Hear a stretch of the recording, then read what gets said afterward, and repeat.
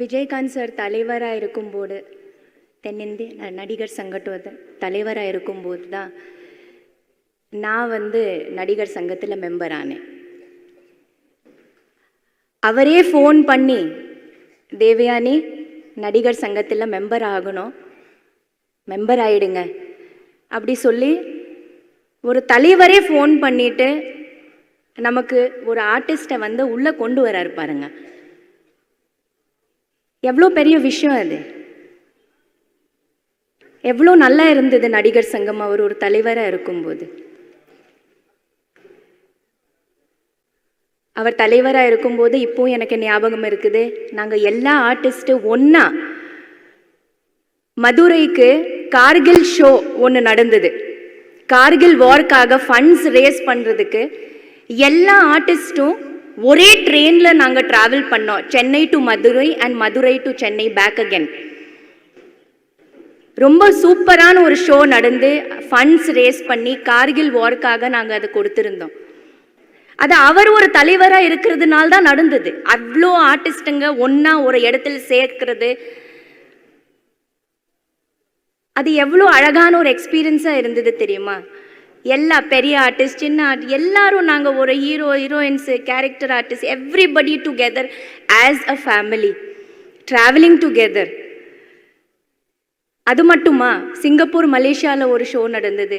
அவரே டேட்ஸ் வாங்கி நமக்கு ரெடி பண்ணி யார் எங்கே இருந்தாலும் அவங்கள கொண்டு வந்து சேர்க்கறது அவரால் தான் முடிஞ்சது.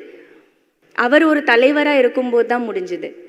அதுக்கப்புறமா அந்த மாதிரி ஒரு நமக்கு அப்புறமா பார்க்கவே முடியாது. இனிமே ஒன்றா நம்ம ஒரு ஃபேமிலி எங்கேயாவது போக முடியுமா நடிகர் சங்கத்தில்? கொஞ்சம் யோசிச்சு பாருங்க ஆர்டிஸ்ட்டுங்க எல்லாரும்.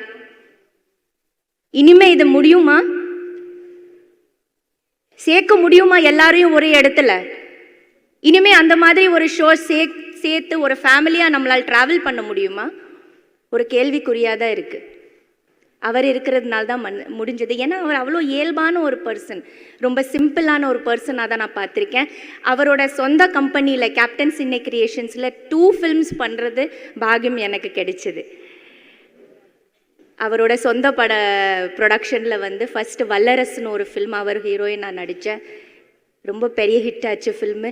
2வது அவரோட பையன் சண்முக பாண்டியன் இன்ட்ரடியூஸ் பண்ணும்போது, சகாப்தம்னு ஒரு படம் பண்ணும்போது, தேவயானி இதில் ஒரு சின்ன ரோல் இருக்குது, பண்ணி கொடுங்க, என்னோட பையனை இன்ட்ரடியூஸ் பண்ணுறேன் அப்படி சொல்லி அவரே பேசி, சரி சார் நான் பண்ணுறேன் அப்படி சொல்லிட்டு, அவ்வளோ இயல்பான எவ்வளோ சிம்பிளான ஒரு குணம் அவருக்கு.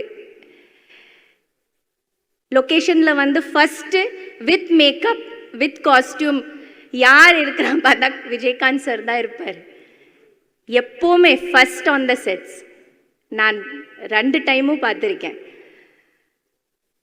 அவ்வளோ ஹம்பிளான ஒரு ஹியூமன் பீயிங், அவ்வளோ சிம்பிளான ஒரு பர்சன். அவரோட கம்பெனியில் எவ்வளோ நல்ல ட்ரீட்மெண்ட்டு எங்களுக்கு ஆஸ் அன் ஆர்டிஸ்ட். ஏன்னா அவர் ஒரு ஹீரோ, அவர் ஒரு ஆர்டிஸ்ட் இருக்கிறதுனால அவருக்கு ஆர்டிஸ்ட்டுங்களோட இது தெரியும்.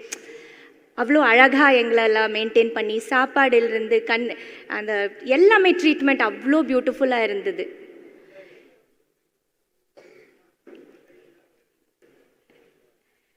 சாரோட ஆத்மா சாந்தி அடையும். அவர் எப்போவுமே நம்ம எல்லாரோட மனசில் இருப்பார், கண்டிப்பாக இருந்துட்டு தான் இருப்பார். அந்த இடம் யாராலையும் எடுக்க முடியாது. அந்த அளவுக்கு ஒரு இடத்த அவர் ரெடி பண்ணிட்டு போயிட்டார். ஸோ அவரோட ஃபேமிலிக்கும், அவங்களோட மிஸ்ஸஸ்க்கு, அவங்களோட 2 பசங்களுக்கும், எல்லாருக்கும், அந்த ஃபேமிலியில் அவரோட fans and party members and everybody இந்த தைரியம் கொடுக்கணும். And I wish their 2 sons all the best. நல்லா இருக்கணும். And thank you so much. Thank you Vijayakanth sir for everything. Thank you.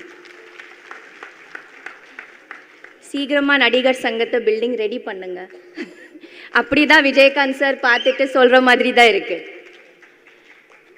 சீக்கிரமாக ரெடி பண்ணி நாம் எல்லோரும் உள்ளே போய் அதை பார்க்கணுன்னு அவர் சொல்கிற மாதிரி தான் தெரியுது. சீக்கிரமாக ரெடி பண்ணுங்க, ஒரு ஃபேமிலியாக உள்ளே போகலாம். Okay, thank you.